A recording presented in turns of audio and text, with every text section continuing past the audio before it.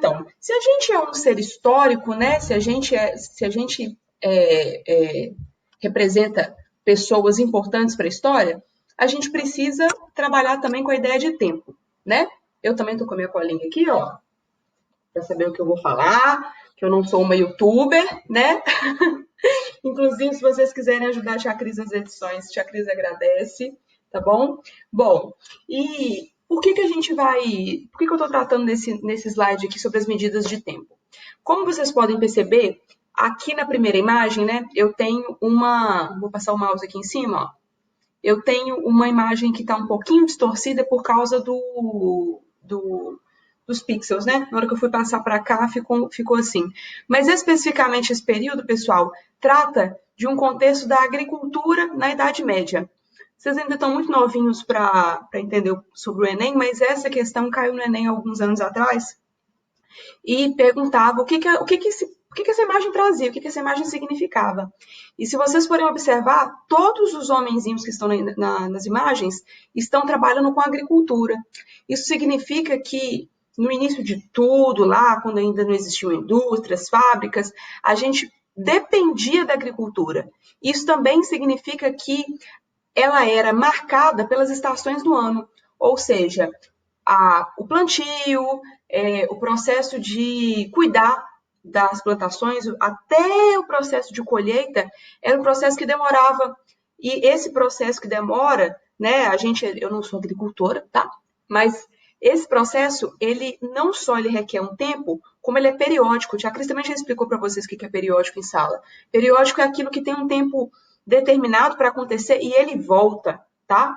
Então, por exemplo, inverno, né? É uma época em que as folhas estão secas, é uma época em que as folhagens estão mais escuras, em que a colheita não é totalmente possível para qualquer tipo de alimento, por exemplo. E isso é fácil a gente perceber também, a gente identificar com algumas frutas que a gente tem no Brasil, por exemplo, que a gente não tem ao longo de todo o ano. Mas a Tia Cris não quer entrar na agricultura especificamente agora, não. A primeira imagem é só para vocês entenderem que a agricultura marcou durante muito tempo a nossa forma de contar o tempo, tá bem? Já na figura ao lado, olha só, a gente já viu esse slide aqui em sala, e quando eu mostrei esse slide para vocês em sala, era para a gente entender que existem basicamente hoje 4 tipos de calendários, tá bom? O primeiro é o calendário ocidental, vou passar o mouse aqui em cima. O segundo é o calendário islâmico, o terceiro é o calendário judaico e o quarto é o calendário chinês. Como esse material vai ficar disponibilizado para vocês, vocês vão conseguir voltar e também não precisa decorar essa ideia. Que ano que os islâmicos estão vivenciando? Que ano que os chineses estão vivenciando agora? Se eu estou em 2020? Ai, meu Deus! Como é que eu vou fazer com isso? Calma, tá? Vamos por partes.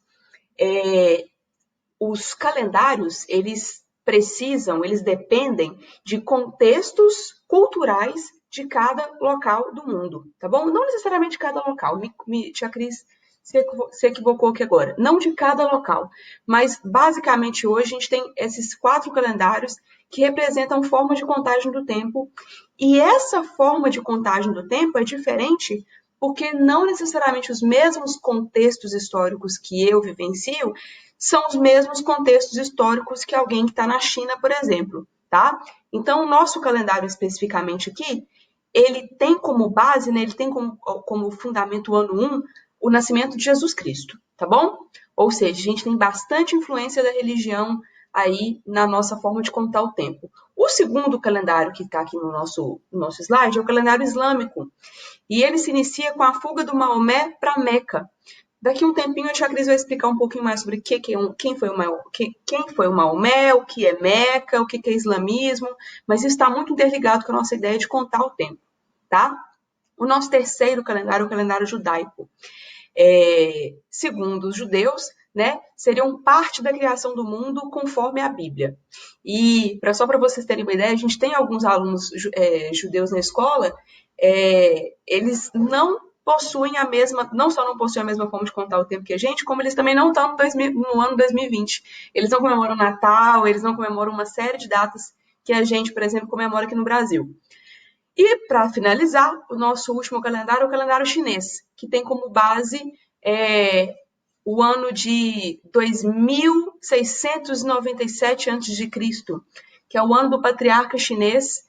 E esse calendário, fiquem tranquilos, como eu já disse no início desse slide, vocês não precisam decorar a data, tá bom? Isso é uma coisa que já caiu pra gente que é historiador. Vamos passar aqui então. Bom, se a gente está falando de história, se a gente está falando de que história não representa apenas estudar o passado, a tia Cris já falou com vocês que história representa estudar as mudanças causadas pelo homem no tempo. Se representa as mudanças causadas pelo homem no tempo, essa linha que está passando para vocês aqui agora é uma linha do tempo da nossa evolução, tá bom? A nossa linha evolutiva. Lembrando que a palavra evolução nem sempre quer dizer coisa positiva, tá? O coronavírus, por exemplo, está evoluindo e, claro que isso não é uma notícia boa, mas ele está aumentando o número de casos, ele está aumentando a quantidade de pessoas, o número de mortes, inclusive, e assim por diante.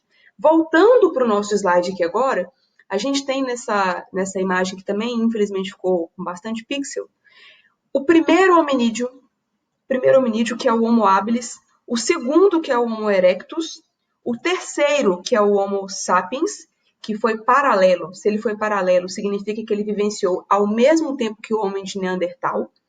E, por fim, somos nós aqui, eu e vocês, os Homo sapiens sapiens. Tia Cris, por que você pulou o primeiro, que era um Australopithecus? Vamos lá, então. O Australopithecus, ele é o nosso, digamos que um parente próximo, mas não tão próximo assim, tá? Que vivenciou a nossa história há mais de 4 milhões de anos. Então, isso significa que dele para a nossa geração, muitas coisas evoluíram, inclusive o tamanho do nosso cérebro, a nossa altura, a quantidade de pelos que a gente tem no corpo, tá? E uma série de habilidades que a gente adquiriu ao longo desse período, tá bom? Especificamente, eu quero trazer para vocês aqui 2 características, tá? Eu vou clicar aqui e quando vocês tiverem acesso a esse material, vocês também podem fazer isso.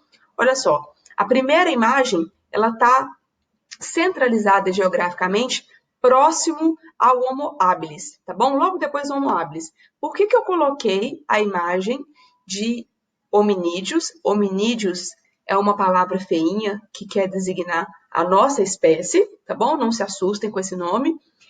Esses hominídeos estão caçando um animal e, especificamente, nesse período em diante, a gente começa a se alimentar de carne vermelha, tá bom? Até então, nós éramos seres herbívoros, nós nos alimentávamos de folhas, de frutos, das árvores, por exemplo, tá? Para a gente continuar, vou dar um segundo clique na tela e vão aparecer homens fazendo o quê? Tempo 5, 4, 3, 2, 1. Bom, esses hominídeos estão fazendo fogo, pessoal.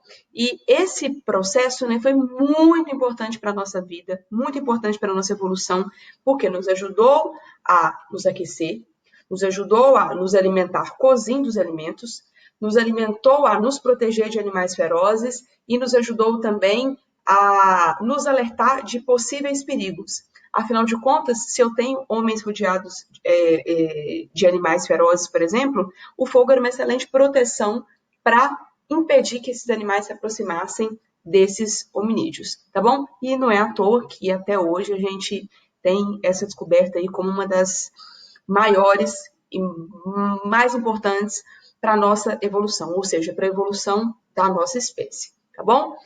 Dando mais um clique na tela aí, Tia Cris vai voltar com isso com vocês mais devagarzinho depois, tá bom? Só estou falando da importância das ações do homem no tempo nesse primeiro momento de aula, tá?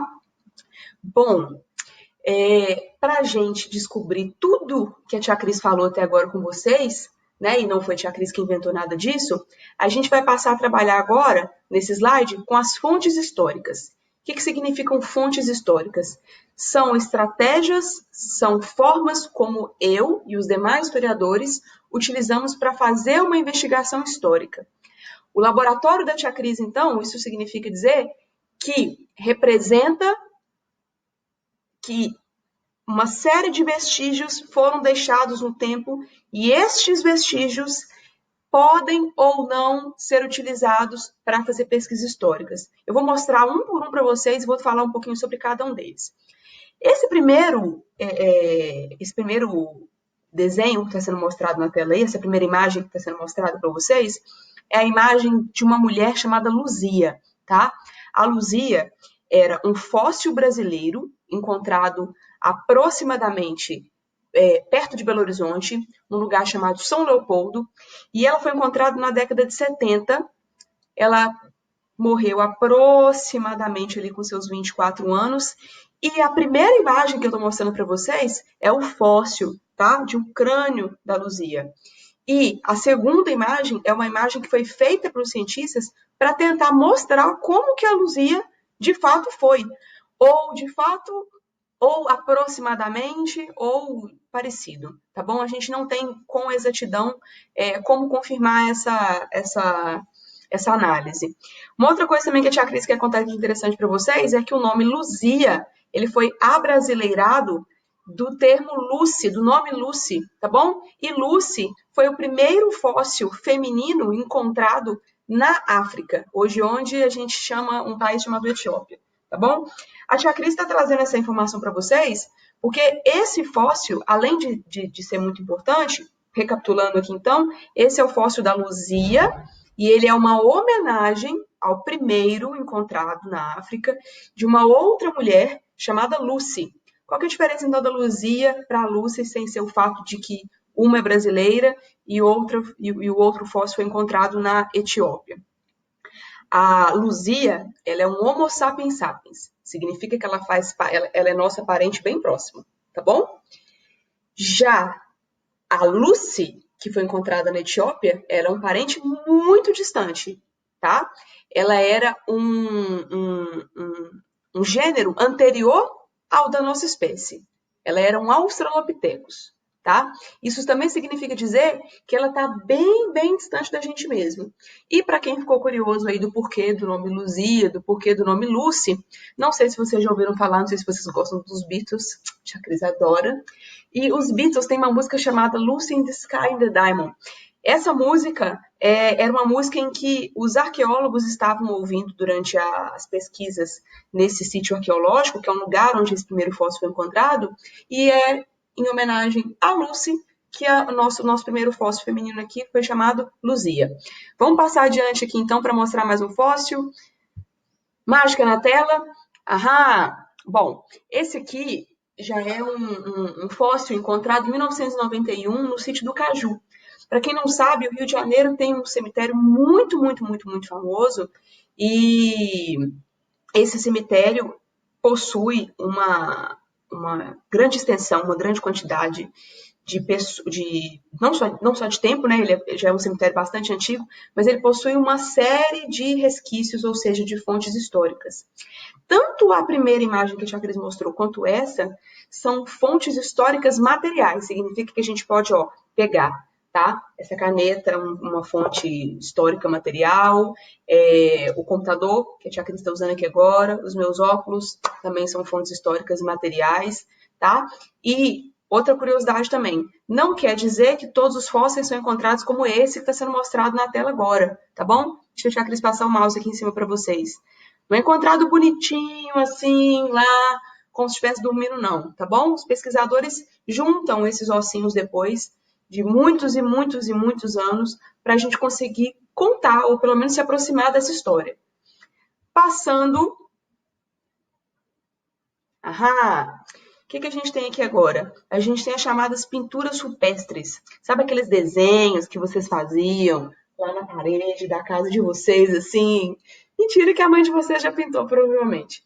Mas aqueles desenhos que vocês faziam quando eram crianças, antes de saberem escrever, antes de conhecerem o alfabeto, antes de saberem mexer em celular, em computadores, etc., a gente tem formas de se expressar sem que necessariamente sejam com palavras, tá bom? Ou com letras, melhor dizendo. E essa era uma forma onde os homens antigos, da época da Luzia, deixaram nas cavernas para que a gente entendesse um pouquinho da história deles. Claro que não quer dizer que foi assim, né? Vou escrever aqui para daqui a uns anos um professor de história estar ensinando isso para o 6º ano. Não, né? Essa imagem especificamente que a tia Cris está colocando para vocês aqui na tela, vocês podem observar que aparentemente tem animais e tem homens mexendo com esses animais, ou batendo nesses animais, ou podendo demonstrar uma situação de perigo, tá? As pinturas rupestres, então, elas são fontes históricas que foram deixadas sem que a gente tenha exatidão da mensagem ou do porquê da mensagem deixada, tá? Aí eu deixo vocês esgotarem suas criatividades aí para tentar imaginar o que isso significa. Vamos para a nossa 1, 2, 3, quarta imagem. Agora eu tenho a capoeira. Primeira imagem nessa tela que representa uma fonte histórica imaterial. Se ela é uma fonte histórica imaterial, significa que eu não posso pegar na capoeira, tá? A capoeira é uma dança e é uma luta que é um símbolo uma marca brasileira que representa uma parte do nosso passado, tá bom?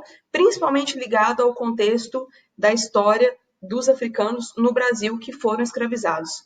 Foram eles que trouxeram a capoeira pra gente e hoje, para contar uma série de outras coisas no Brasil, a gente utiliza essa fonte imaterial. Tia Cris também poderia ter colocado aqui acarajé.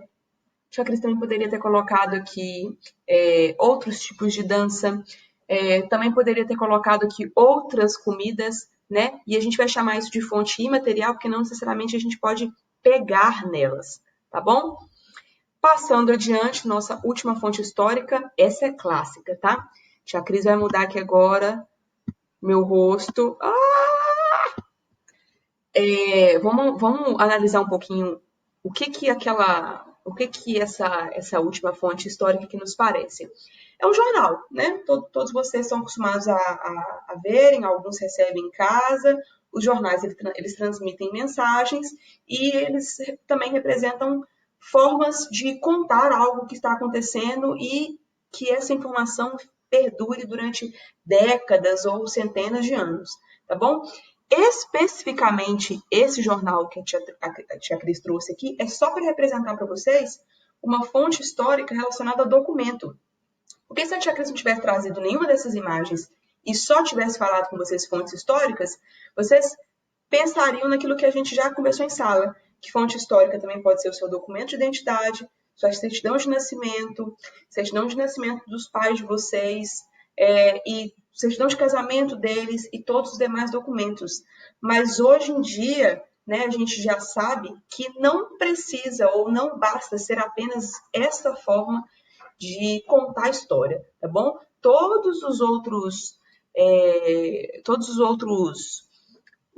resquícios históricos que a tia Cris trouxe aqui também são considerados fontes históricas e não são menos importantes por isso, tá bom? Bom, vamos avançar aqui então. Deixa eu passear um pouquinho na tela aqui de novo. Vou ficar aqui agora.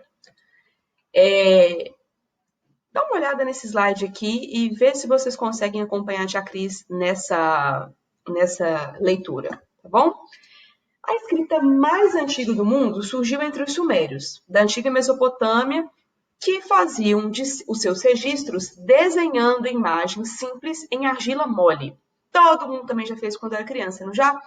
A gente tinha mania de desenhar com barro e tinha o hábito, por exemplo, depois de modelar esse barro, de fazer uma série de coisas. Mas esse mesmo barro, pessoal, na antiga Mesopotâmia, vocês ainda não sabem o que é Mesopotâmia, não fiquem assustados, mas só para a tia Cris deixar a coisa bem clara para vocês, Mesopotâmia é uma região onde hoje a gente conhece como Oriente Médio. Vocês já ouviram falar em Iraque, Irã, tá? Síria. Essas regiões, ao lado de outras, correspondem ao que hoje a gente entende como Oriente Médio. E foi lá que o primeiro modelo de escrita, a primeira forma de escrita surgiu. Essa primeira forma de escrita era feita na argila e depois, para que ela não se perdesse, ela era literalmente assada, tá bom? Ela era literalmente colocada dentro de um forno para que ela fosse moldada. Aproveitando aqui, a tia Cris também tem esse objeto aqui, que é um objeto que veio do Pará de presente, tá bom? E esse objeto, por exemplo, aqui, vocês podem ver, deixa eu ver se vocês vão conseguir ver. Esse objeto aqui, todas essas demarcações aqui, ó, tá até quebrado. Não mostra minha parte quebrada. Esse objeto aqui, ó, ele tá todo grosseiro, tá? Significa que ele também foi moldado e depois foi provavelmente colocado no forno quente. Bom, só para continuar o nosso texto aqui para a tia Cris não se perder, as canas utilizadas como canetas não permitiam desenhar imagens nítidas, pelo que os escribas começaram a empregar símbolos em forma de cunha. Estes simplificaram-se com o tempo até deixarem praticamente de se assemelhar ao objeto original. Não precisa ficar desesperado com a palavra cuneiforme, com a palavra cunha, com esses símbolos estranhos que estão aparecendo. Isso é só para demonstrar para vocês que naquela época era assim que as pessoas começaram a se comunicar. E por que é importante a gente ter uma forma de escrita, pessoal? Porque se a gente não tiver uma forma de escrita, a gente não consegue se comunicar. Os pais de vocês, quando vocês começaram a falar, por exemplo, antes de vocês aprenderem o A, E, I, O, U, ou todas as consoantes, né? Todo o nosso próprio alfabeto, vocês tinham formas de se comunicar que, para vocês, faziam sentido. Quando vocês desenhavam alguma coisa que os pais de vocês não entendiam, e façam um exercício, aproveitem essa quarentena agora, chega pro papai e pra mamãe, mãe, deixa eu ver um desenho antigo. Pai, pega aquele desenho que eu mandei pro senhor de Feliz Dia dos Pais, quando eu era criança. Experimenta pegar esse desenho e ver se hoje você tem a mesma compreensão sobre ele. Aquela ali era a sua forma de se comunicar antes que você soubesse como escrever. E essa forma aqui que a tia Cris está trazendo para vocês hoje na tela é a primeira forma do mundo, tá bom? Amplamente reconhecida. E para a gente finalizar, então, o nosso primeiro momento juntos, tá? Essa primeira aula, hoje a gente basicamente aprendeu o quê? Vamos lá. Momento de revisão. História é uma ciência que estuda as ações do homem no tempo, tá bom? Vamos parar com essa ideia de achar que história é só estudar gente morta, coisa que já aconteceu, que não tem mais nada a ver com a nossa vida. Segunda aprendizagem de hoje, as fontes históricas podem ser materiais, como, por exemplo, os documentos, ou como, por exemplo, os fósseis da Lucy ou da Luzia, por exemplo, ou elas também podem ser de uma segunda forma, elas podem ser imateriais, como a tia Cris já falou também da capoeira e do acarajé, por exemplo, tá bom? Continuando aqui, então, nosso terceiro e último aprendizado de hoje. A escrita cuneiforme surgiu entre os sumérios, onde hoje fica o chamado Oriente Médio, tá? Graças à escrita, a gente consegue se comunicar entre os povos que falam a mesma língua, claramente, e registrar questões importantes, tá? E aí, parte chata. Mentira, não é nada chato, não. Por que são utilizados diversos tipos de calendário no mundo, pessoal? Vamos pensar um pouquinho. Por que eu utilizo um e a minha amiga, por exemplo, que é muçulmana, está utilizando outro calendário, né? E segunda perguntinha é, que instrumentos nós, historiadores, e vocês também, utilizam nas pesquisas históricas? Como é que a gente faz essa pesquisa histórica, tá? Que materiais que a gente utiliza? Um beijo enorme, tia Cris fica por aqui hoje e semana que vem a gente volta. Tchauzinho, lavem as mãos, passem álcool gel e cuidem dos papais e dos avós de vocês, tá? Tchauzinho.